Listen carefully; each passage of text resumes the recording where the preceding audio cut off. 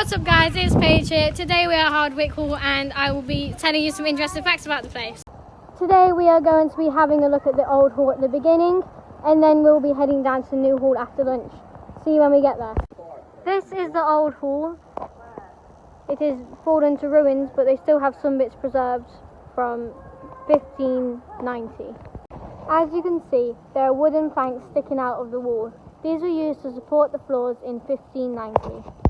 At the moment we are in the kitchen. As you can see, there used to be fireplaces up there, and this is one of the beams that used to hold up all the floors. This is where they used to cook bread. These things here are called bread ovens.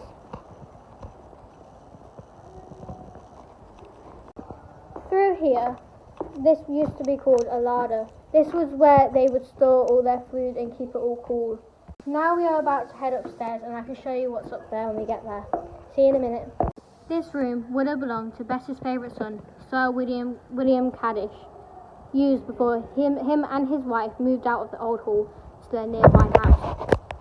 The rooms were originally fitted with an oak panelling right up to the ceiling, which had good insulation properties. It would have benefited from the heat and the bread ovens in the pastry beneath. The plaster over mantel had a scene copied from the Flemish gravings. It shows a biblical figure, a man Napatini sitting astride a stag. We are now heading up to the third floor. These rooms would have belonged to two of Bess's gentlemen servants, Mr. Reason and Mr. Digby's. It would have been their chambers where they would sleep and stay. This room here would be a bed chamber, the best one they had. This was not for Bess herself, however, as her bedchamber is listed on the floor below. This was a state suite intended for the highest status guests and to be seen by all Bess's visitors as they walked from one great chamber to the other, impressed by her taste and purchasing and power. The bed was hung with red and yellow silk damask curtains trimmed with gold and red lace. The bedspread was made of a gold and red striped satin. The chair was upholstered in crimson velvet with embroidered motifs in gold. Two Turkish carpets, too rare to walk on, decorated the table and the cupboard. This is the hill great chamber. By day, light flooded in from the huge windows.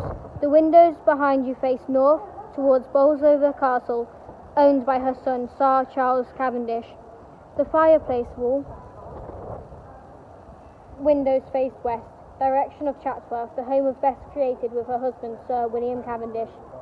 The south windows look towards South Wingfield Manor, a property of her last husband, the Earl of Shrewsbury, and a temporary home of Bess while she built the old hall. We are now heading up to the final floor. As you can see over there, that is the new hall. At the moment we are still in the old one. The tower stairs went out to the lead roof over the hill great chamber where Bess and her visitors could admire the view. At the moment, you can kind of see how the house was without any of the plastering or boarding in the way. This is the Forest Great Chamber. We are standing below the Forest Great Chamber, one of the two best reception rooms in the house, high up on the third floor. The Great Chambers could be used for exceptional occasions, for formal meals or musical entertainments. They were also where Bess would receive her guests very formally, surrounded by her ladies-in-waiting and her household officials, just like a smaller version of the royal court. The great chamber in the new hall still has the canopy of state over the chair where Bess would sit.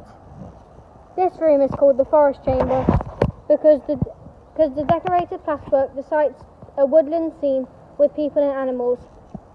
This is Bess's first version of the frieze that survives around the new Great Hall Chamber, painted in naturalistic colours. She may have gotten the inspiration for this design from a famous room at her friend St. Christopher Hatton's house, Holdenbury. His plaster frieze of the trees so realistic that birds flew in through the windows and built their nests in its branches. This place has a lot of windows, and there is a saying that it says, "More glass than wool." This was because in the old days the glass was more expensive, and it shows a representation of how wealthy they are. We are going to be stopping for lunch and then we are going to be looking in the new hall over there. See you in a bit. This house was built in 1590 to 1597 for Bess of Hardwick. This house was also used as the Malfoy Manor in the Harry Potter series. We are now heading to the Great Hall so I can show you around when we get there. This is the entrance to the new hall. This was where Bess and her family would come and enter the building. This is a servants' hall. It would where servants would have all their meals, and it's where visitors would be met and gret before they have to move on and go up to the next place.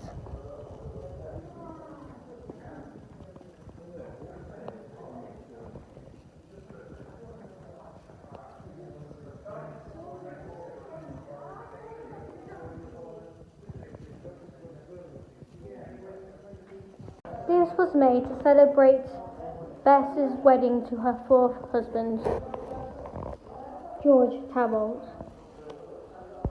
This picture is of Bess of Hardwick herself. This is the Holy Bible and it was made in 1856.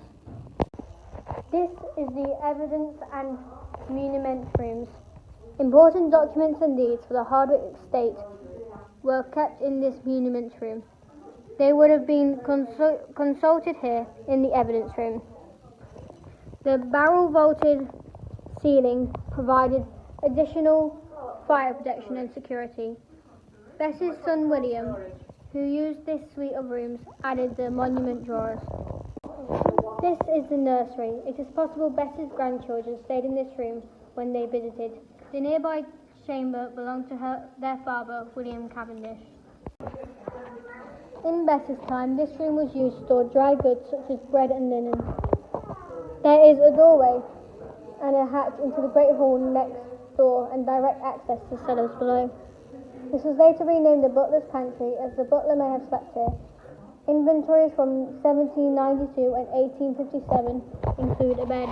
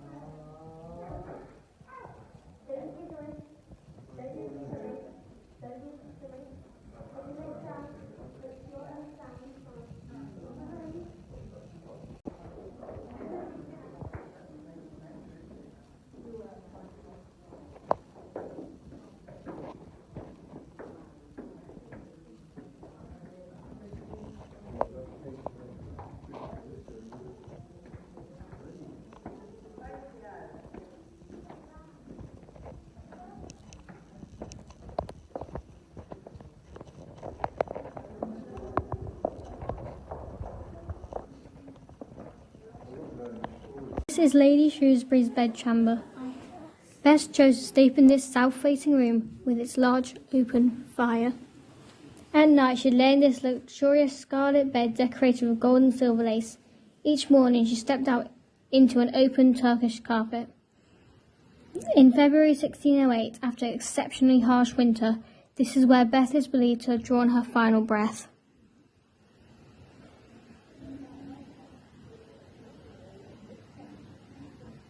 This was the chapel, an important part of the Protestant household. The chapel was centrally positioned so everyone had easy access to it. The sound of songs and prayers filled the hall when a service was in process. The chapel once had two levels, a ground floor and this upper gallery. The floor below later filled to make a space for a steward's room. Situated in the heart of this house, this bustling space served as a parlour and a dining room. Bess used it regularly for business, dining and gathering with family and friends. The walls were originally hung with tapestries. Meals were taken on the long table.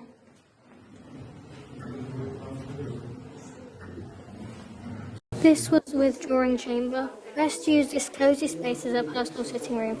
It included 2 chairs for her grandchildren and had curtains on the windows to keep out draught. Access was restricted to this part of the house. It is guarded by an imposing plaster head over the door on the main stairs, and a keyhole is only accessible from the inside.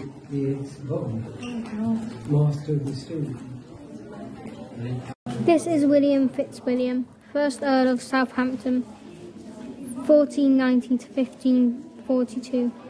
During his early years, he was a companion to Henry, Prince of Wales, Henry VIII. He became a courtier and naval commander and ambassador to France in 1521. He married Mabel Clifford, sister of the 1st Earl of Cumberland, whose descendant was Charles Boyle, wife of 4th Duke of Devonshire. This portrait is wrongly inscribed to Sir Thomas More. This is the main guest bedroom. The ship's-like bed no longer survives, but the 1601 inventory describes bed dressing made of red cloth, black lace and a gold fringe. In keeping with contemporary tradition, the fireplace is decorated with coats of arms, denoting the marriages of Bess's 6 children. Hardwick Hall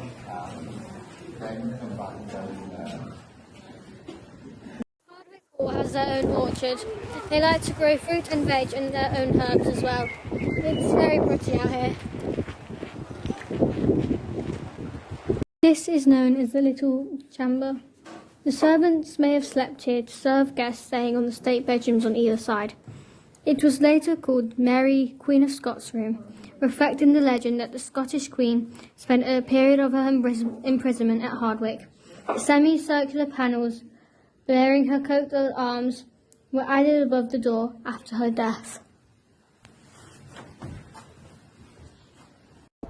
This is a servants' hall. It would where servants would have all their meals, and it's where visitors would be met and gret before they had to move on and go up to the next place.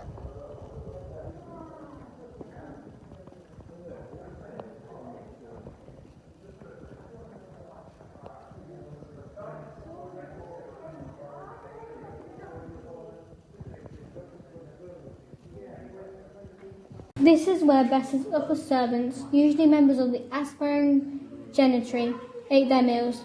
They would also use this space when they waited on their mistress next door in the low great chamber.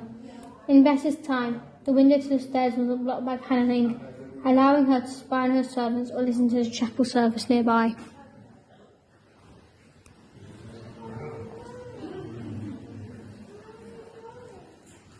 Crossing the west end of the Great Hall, this gallery is only linked between 2 ends of the house on this floor. This would have provided a perfect vantage point from which to view entertainments in the hall below. The screen in the title refers to the stone pillars that separate the main entrance from the rest of the hall.